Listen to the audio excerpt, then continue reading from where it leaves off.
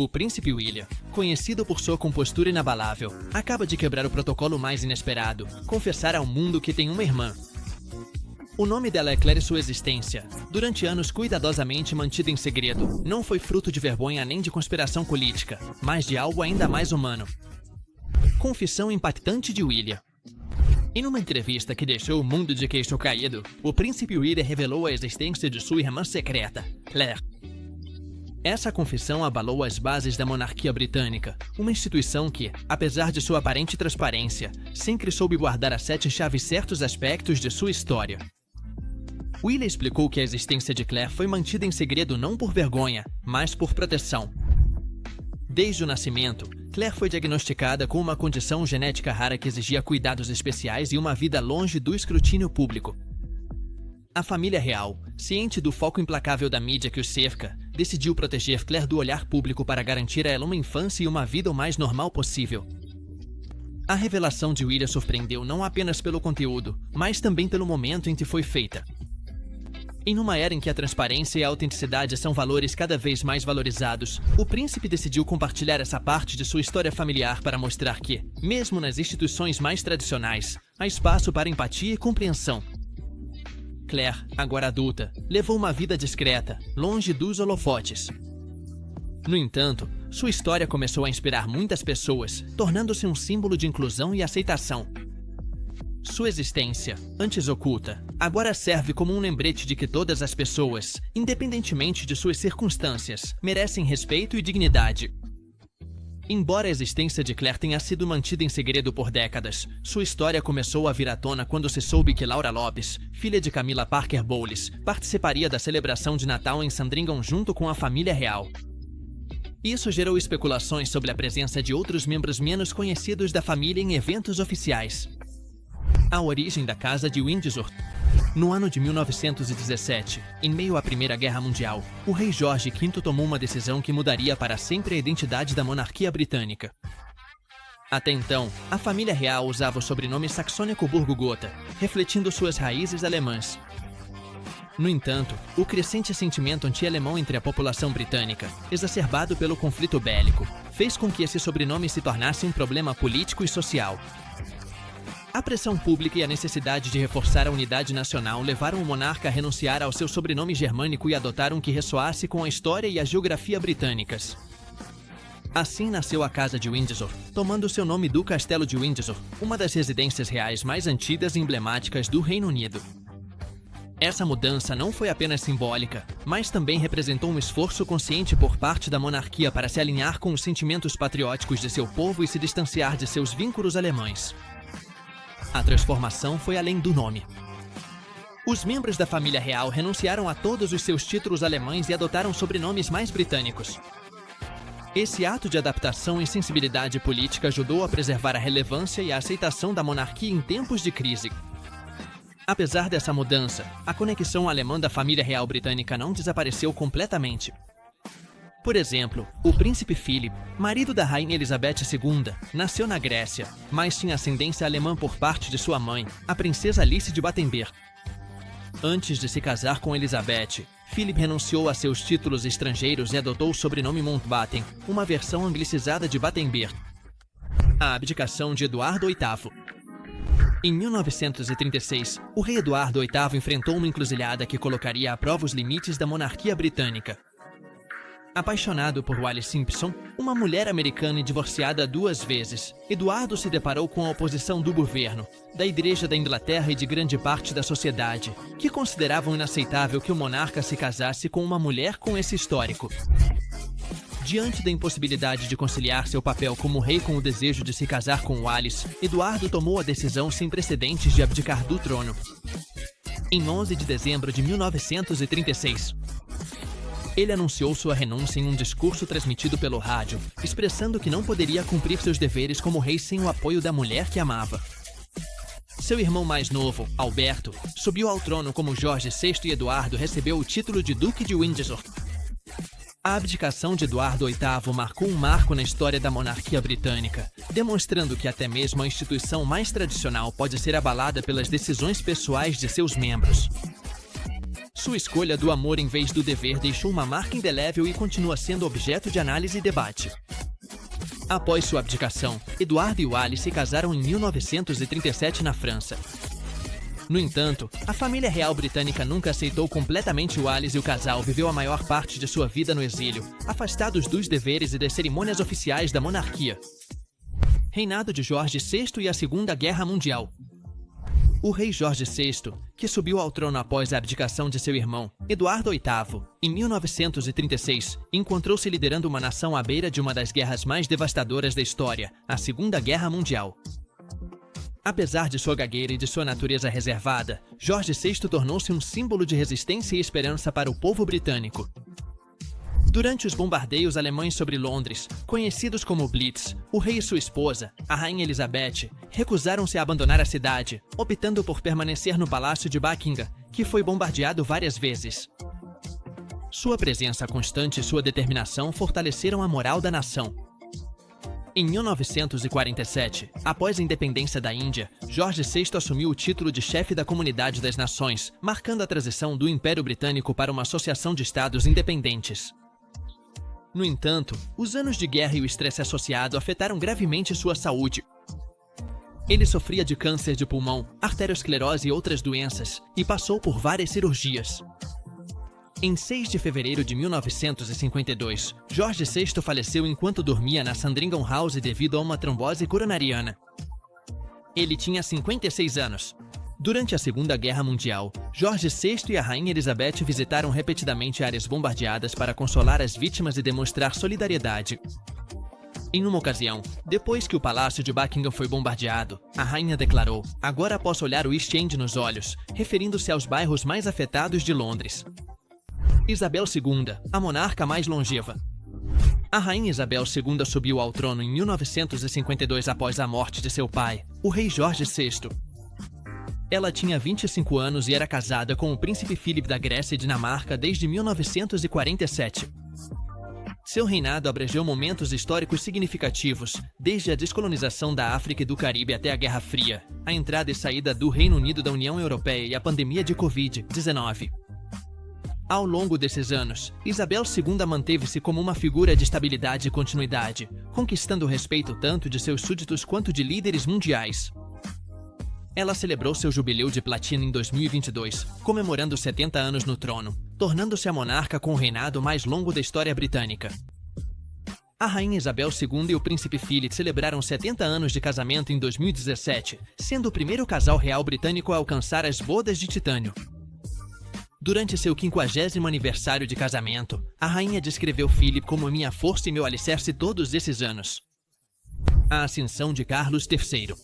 Como alguém se prepara durante toda a vida para um papel que só irá assumir na velhice? O príncipe Charles, filho mais velho da rainha Isabel II e do príncipe Philip, foi o herdeiro do trono britânico por mais de 70 anos. Durante esse tempo, ele se dedicou a diversas causas, incluindo o meio ambiente, a arquitetura e a caridade, por meio da fundação The Prince's Trust.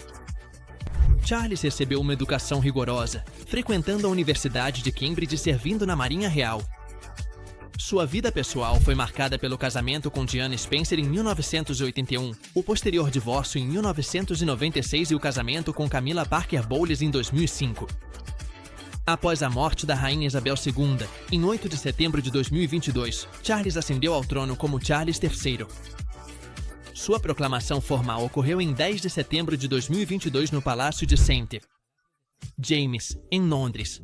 Aos 73 anos, Charles III tornou-se o monarca mais velho a ascender ao trono britânico, superando Guilherme IV, que tinha 64 anos quando se tornou rei em 1830. Infância de Diana Spencer. Como se forma a personalidade de uma figura destinada a mudar a história? Diana Frances Spencer nasceu em 1º de julho de 1961 em Park House, uma mansão localizada em Sandringham, Norfolk. Ela foi a quarta de 5 filhos do casamento entre John Spencer, 8º Conde de Spencer, e Frances Roche. Sua infância foi marcada pela separação dos pais em 1969, quando Diana tinha apenas 8 anos. Esse evento deixou uma marca profunda nela, já que sua mãe abandonou o lar da família para se casar com o milionário Peter Chan KYDD, deixando Diana e seus irmãos sob os cuidados do pai. A guarda das crianças foi concedida ao Conde Spencer e Diana cresceu em um ambiente aristocrático, porém emocionalmente distante. Ela frequentou diversas escolas particulares, incluindo Riddlesworth Hall e West Heath School, onde se destacou por sua timidez e sensibilidade. Apesar das dificuldades familiares, manteve uma relação próxima com sua avó materna, Ruth Roche, baronesa Fermoy, que era amiga íntima da rainha-mãe. Essa conexão facilitou a aproximação de Diana com a família real britânica desde cedo. A rainha Elizabeth II conhecia Diana desde o seu nascimento, já que as famílias Spencer e Windsor mantinham uma relação próxima. Inclusive, a rainha chegou a segurar Diana nos braços quando ela era bebê, demonstrando o carinho que sentia pela família Spencer. O início do romance entre Charles e Diana. Em novembro de 1977, o príncipe Charles visitou Althorp, a residência da família Spencer, acompanhado de sua então namorada, Sarah Spencer, irmã mais velha de Diana. Foi nessa visita que Charles conheceu Diana, uma jovem de 16 anos, alegre e espontânea, que chamou sua atenção. Embora o relacionamento entre Charles e Sarah tenha terminado pouco depois, foi Sarah quem apresentou formalmente sua irmã mais nova ao príncipe. A partir de então, Charles e Diana passaram a se encontrar em diversos eventos sociais e o relacionamento deles foi se desenvolvendo gradualmente. No verão de 1980, durante um fim de semana no campo, Charles e Diana passaram mais tempo juntos. E foi então que o príncipe começou a considerá-la como uma possível esposa adequada. Apesar de Sarah Spencer ter sido namorada de Charles, ela mesma afirmou que não se casaria com ele nem que fosse o rei da Inglaterra, mostrando seu caráter independente e direto. Noivado e casamento real. O que acontece quando a realidade não corresponde ao conto de fadas? Em 24 de fevereiro de 1981, o Palácio de Buckingham anunciou oficialmente o noivado entre o príncipe Charles e Lady Diana Spencer. Nesse mesmo dia, o casal concedeu uma entrevista televisionada que deixou uma impressão ambígua no público. Quando lhes perguntaram se estavam apaixonados, Diana respondeu com entusiasmo, claro, enquanto Charles acrescentou, seja lá o que isso signifique. Uma frase que gerou dúvidas sobre a solidez do relacionamento deles. O casamento foi celebrado em 29 de julho de 1981 na Catedral de São Paulo, em Londres. Foi um evento majestoso, com a presença de 3.500 convidados e acompanhado por 750 milhões de pessoas ao redor do mundo pela televisão. Diana usou um vestido de noiva desenhado por David e Elizabeth Emanuel, confeccionado em tafetá de seda marfim e decorado com rendantiba, lantejoulas e 10.000 pérolas. O vestido tinha uma cauda de mais de 7 metros, a mais longa da história dos casamentos reais britânicos. Durante a cerimônia, Diana derramou acidentalmente algumas gotas de perfume em seu vestido. Para esconder a mancha, sua maquiadora sugeriu que ela mantivesse a mão sobre essa área, o que Diana fez discretamente durante toda a cerimônia. Sinais de ruptura no casamento. Será que um simples gesto pode revelar as fissuras em um relacionamento? Durante a cerimônia de casamento de Diana e Charles, realizada em 29 de julho de 1981 na Catedral de São Paulo, a princesa Diana deliberadamente omitiu a palavra obedecer em seus votos matrimoniais. Essa decisão, sem precedentes na realeza britânica, marcou um ato de independência e refletiu seu desejo de igualdade no casamento. Anos depois, outras noivas reais seguiriam seu exemplo, incluindo Kate Middleton e Meghan Markle. Além disso, dias antes do casamento, Diana descobriu uma pulseira que Charles havia encomendado para Camilla Parker Bowles, sua antiga amante. A pulseira trazia as iniciais J.F., correspondentes aos apelidos íntimos que Charles e Camilla usavam entre si, Gladys e Fred. Essa descoberta devastou Diana, que percebeu que o relacionamento entre Charles e Camilla não havia terminado. Durante a cerimônia, Diana também cometeu um erro ao inverter os nomes de Charles, chamando-o de Philip Charles Arthur George, em vez de Charles Philip Arthur George. Embora esse deslize tenha sido atribuído ao nervosismo, alguns interpretaram como um sinal das tensões subjacentes no relacionamento. A omissão da palavra obedecer nos votos matrimoniais de Diana foi uma ruptura significativa com a tradição real. Esse gesto simbólico refletiu seu desejo de uma relação baseada na igualdade e estabeleceu um precedente para futuras noivas da realeza. A amarga lua de mel. Uma lua de mel pode se tornar um reflexo das tensões matrimoniais? Após o casamento, Charles e Diana embarcaram numa lua de mel a bordo do iate Royal Britannia e, posteriormente, se hospedaram no castelo de Balmoral. No entanto, longe de ser um período de felicidade, a lua de mel foi marcada por tensão e desilusão. Diana descobriu que Charles levava consigo abotoaduras com as iniciais CC entrelaçadas. Um presente de Camilla Parker Bowles. Além disso, encontrou fotos de Camilla no diário pessoal de Charles.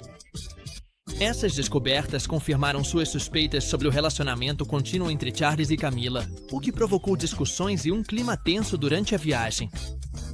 Apesar dos esforços para manter as aparências, Diana se sentiu isolada e traída. Em cartas escritas durante a lua de mel, ela expressou sua tristeza e decepção, descrevendo a viagem como uma experiência solitária e dolorosa. Durante a lua de mel, Diana descobriu que Charles carregava consigo abotoaduras com as iniciais CC entrelaçadas, um presente de Camilla Parker Bowles.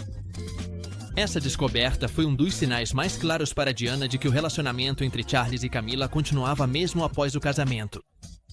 O amor do público por Diana. Como ela conquistou o coração de uma nação. Apesar das dificuldades em seu casamento, Diana conseguiu se conectar profundamente com o povo britânico. Durante uma visita oficial ao país de Gales, pouco depois do casamento, ela foi recebida com entusiasmo e carinho por multidões que a aclamavam como uma figura próxima e acessível. Sua simpatia, empatia e disposição para interagir com pessoas de todas as idades e classes sociais a destacaram dos outros membros da realeza. Diana quebrou o protocolo ao abraçar crianças, conversar com pacientes em hospitais e demonstrar uma preocupação genuína com os outros. Essa proximidade com o povo contrastava com a imagem mais distante de Charles, o que gerou tensões adicionais em seu casamento. No entanto, para o público, Diana se tornou um símbolo de esperança e humanidade dentro da monarquia. Durante sua visita ao país de Gales, Diana foi aclamada por multidões que a receberam com entusiasmo, demonstrando sua crescente popularidade e o carinho do povo britânico por ela. Diana e o ativismo pelo HIV/AIDS. Como uma figura da realeza desafiou o estigma e mudou percepções globais. Na década de 1980, o HIV/AIDS era uma doença cercada de medo, desinformação e discriminação. Muitos acreditavam erroneamente que o vírus podia ser transmitido pelo contato físico, o que levou à marginalização daqueles que o portavam. Nesse contexto, a princesa Diana surgiu como uma defensora compassiva e corajosa. Em 1987, ela inaugurou a primeira unidade de HIV/AIDS no Reino Unido, no Hospital Middlesex, dedicada exclusivamente ao tratamento de pacientes com a doença. Durante sua visita, Diana apertou a mão de um paciente sem usar luvas, um gesto que desafiou as crenças predominantes e enviou uma poderosa mensagem de humanidade e solidariedade. Esse ato simbólico foi amplamente divulgado pela mídia e teve um impacto significativo na percepção pública sobre o HIV/AIDS. Diana continuou seu trabalho visitando hospitais, hospícios e organizações de caridade relacionadas à doença, oferecendo apoio emocional aos pacientes e suas famílias.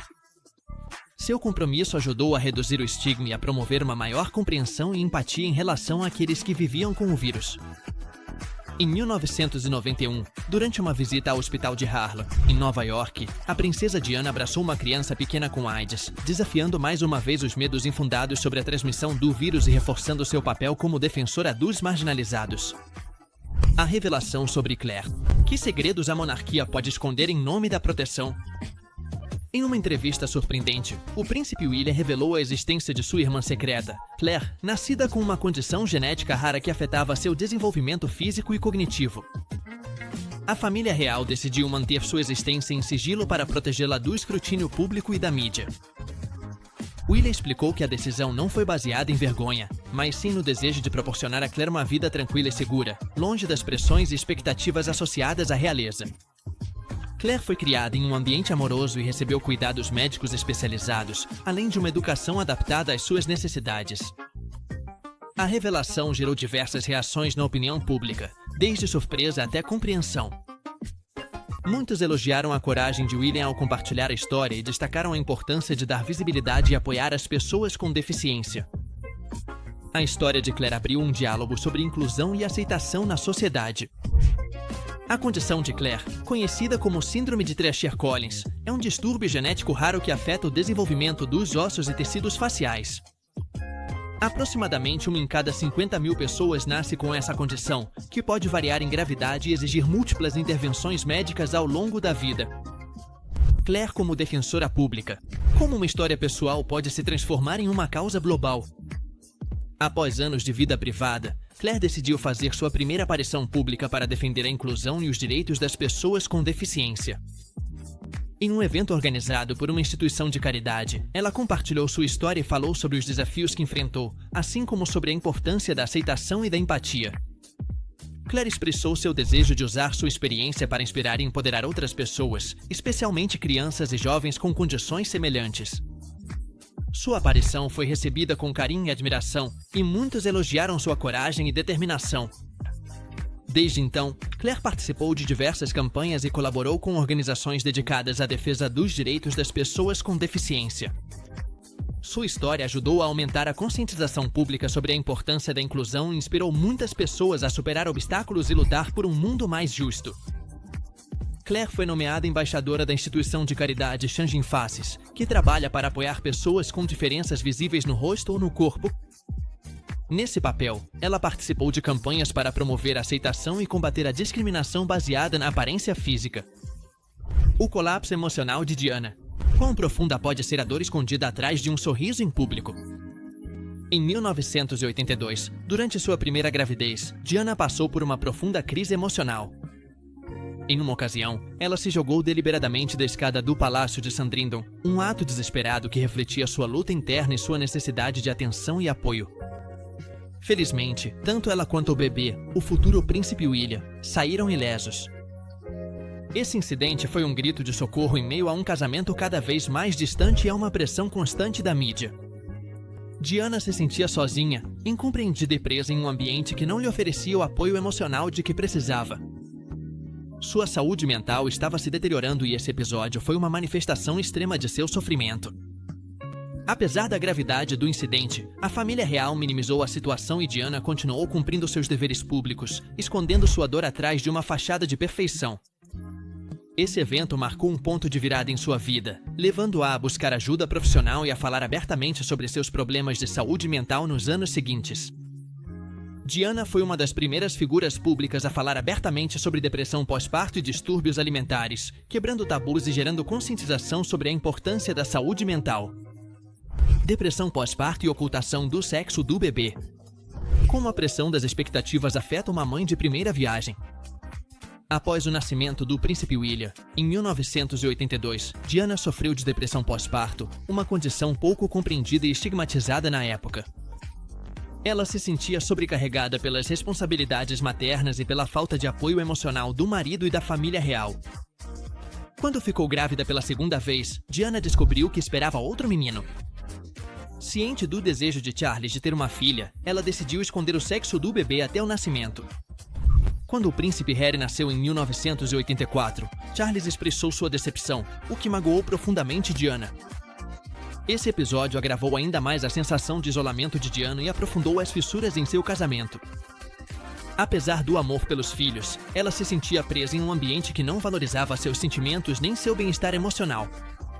Diana foi uma das primeiras figuras públicas a falar abertamente sobre depressão pós-parto e distúrbios alimentares, quebrando tabus e gerando conscientização sobre a importância da saúde mental.